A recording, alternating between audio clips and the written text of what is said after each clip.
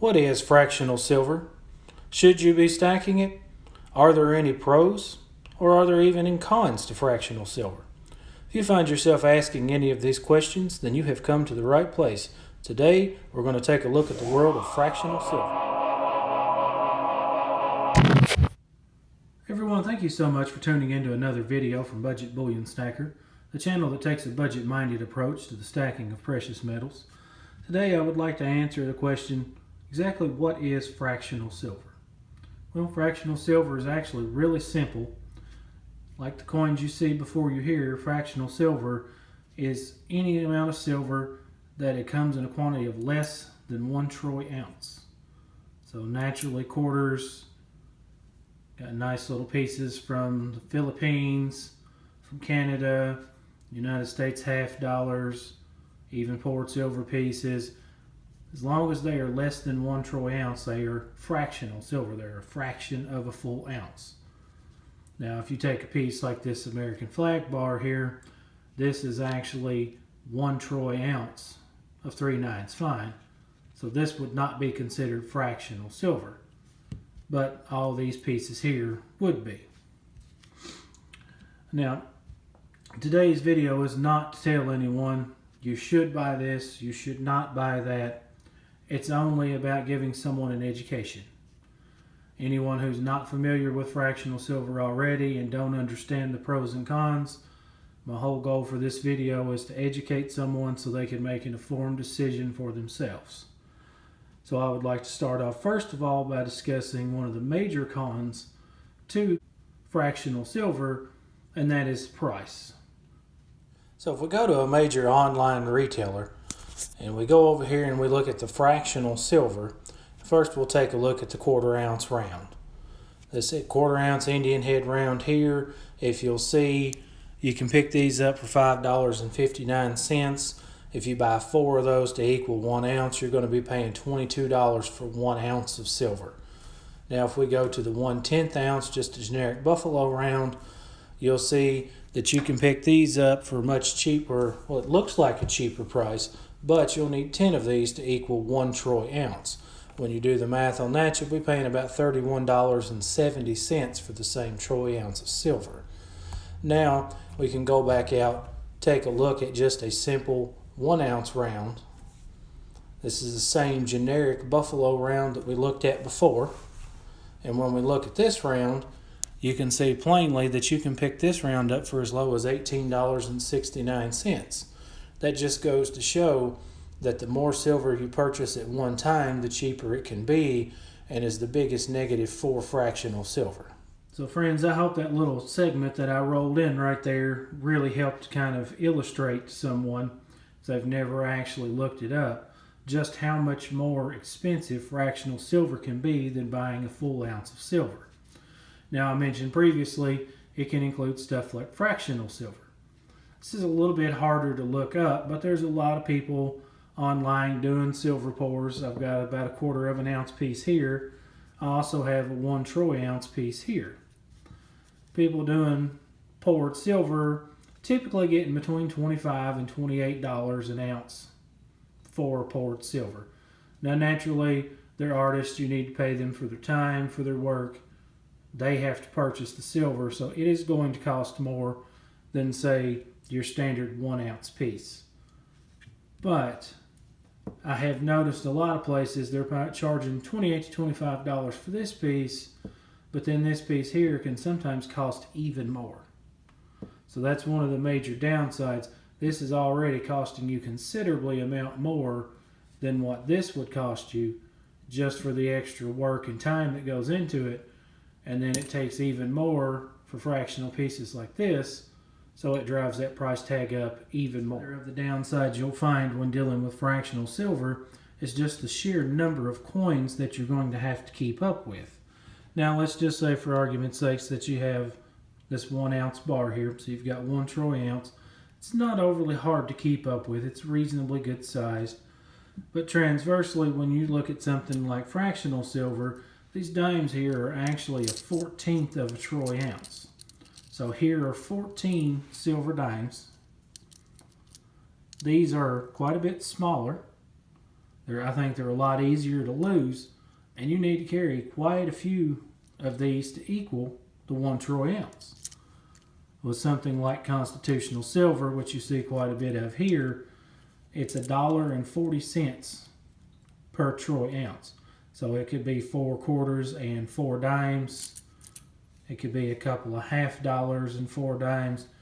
It's just whatever $1.40 of the 90% is. This happens to be a 40%er, so you need a bit more. War nickels, you'd need even more because they're 35%. But then when you get something like this 80% Canadian silver dollar, this thing right here is actually 0.6 troy ounces. So you have to carry fewer of these, but they're physically larger coins. But I think a couple of larger coins might actually be easier to manage and keep track of than carrying a whole bunch of tiny coins. I know we focused a lot on the bad sides of fractional silver, but it's not all bad, my friends.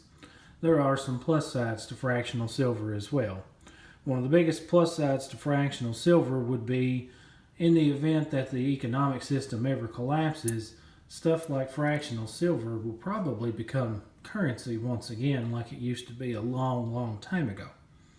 Now, yes, I know, like this constitutional silver here, it's still technically legal U.S. currency, but like this 90% dime here, you would need almost as many dimes as you see laid here before you to pay for just this one dime. That's just in today's market value. Now, if the economy ever collapses, the price of silver is probably going to skyrocket, making this stuff much, much more valuable. So the reason fractional silver is really great in a situation like that, if you have a full 1 ounce piece and you need to buy a simple item, it might be very, very difficult for someone to be able to, quote, make change for this item. Say you need to go buy like a simple gallon of milk, costs $3 or $4. Well, you might be able to purchase in today's market with something like this quarter, maybe a quarter and a dime, and you've probably got a gallon of milk. So this would, but normally it looks like 35 cents, but this would probably be a gallon of milk in today's market value. If the system ever collapses, then the price of this stuff is actually going to be exponentially more. Now, you do find fractional pieces that are made by the actual mints. I'll roll a photo of them in right here. Photos like this show, like what I was showing at the beginning, your 1/2, your 1/4, your 1/10 ounce pieces, and you saw premiums that they carry. The only time I recommend pieces like that are if you're going to an online bullion dealer and say they offer $99 or more and you get free shipping. Well, in a situation like that, then I would recommend taking some pieces, throw like a 1/4 ounce piece, tack it onto your cart. Then you can actually say you've got a $100 budget and you've spent $95 in the items that you wanted. Well, it would be terrible to end up paying shipping over the $4 because you probably paid more in shipping.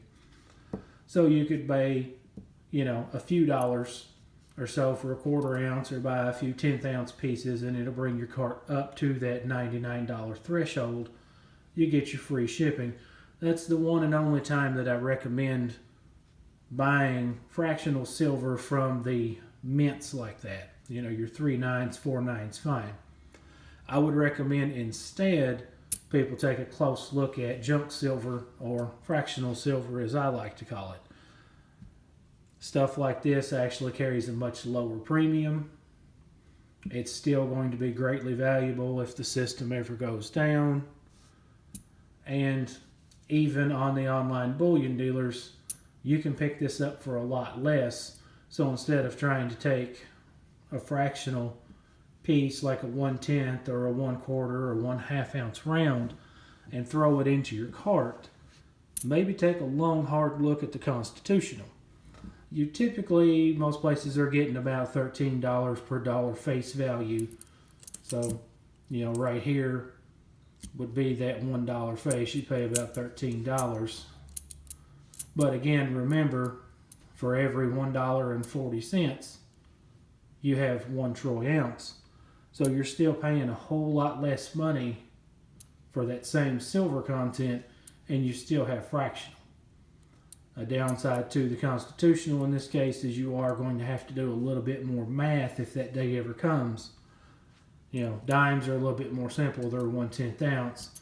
But you're going to have to do a little bit more math when you start to roll in something like quarters, quarter-ounce pieces. And then when you start talking about war nickels that are 35% or even 40% half dollars, stuff like that. And then let's not even get started with Morgans. They already carry a phenomenal premium on them. And then when you look at a grid down situation, the price tag of these are probably just going to shoot completely through the roof. So these are the type of things that I would recommend more so than picking up the ones like I photoed just a moment ago. The reason you don't actually see any of those pieces laid out before you, I find them to just be incredibly, incredibly overpriced. That's why I choose the constitutional silver over the fractional silver from the mints. Again, I'm not opposed to it. It can help you top off a cart. But I just want you to be educated. Again, like I said at the beginning of the video, I'm not here to tell you that you should buy this or you should buy that. I'm just here to educate people. I know it's frustrating as a new stacker. I'm not been stacking for very long myself. So, you know, the questions being answered like this, I think are greatly beneficial to new stackers. So I just wanted to put a little video out here like this to try to help anyone who may have questions about the subject. So friends, I'd just like to say in closing that I fully agree with the old statement, knowledge is power. So please, if you're starting your stacking journey, educate yourself. That's my biggest recommendation I can make to anyone. Learn as much as you can about the subject, about what you're purchasing, and learn about what could be potential uses for it down the road. I view stacking as more of a long-term savings account. Other people use it as an emergency fund. There are many, many different reasons people stack. So again, just learn what these things are. Learn what will be the best for you and your family. And again, folks, every single person lives and works within a budget. It doesn't matter if you're a multi-millionaire or if you're just an average Joe slaving away at a 9 to 5 and you have your lots of bills to pay like most regular people do. It doesn't matter how big of a budget you have to work with as long as you keep on stacking.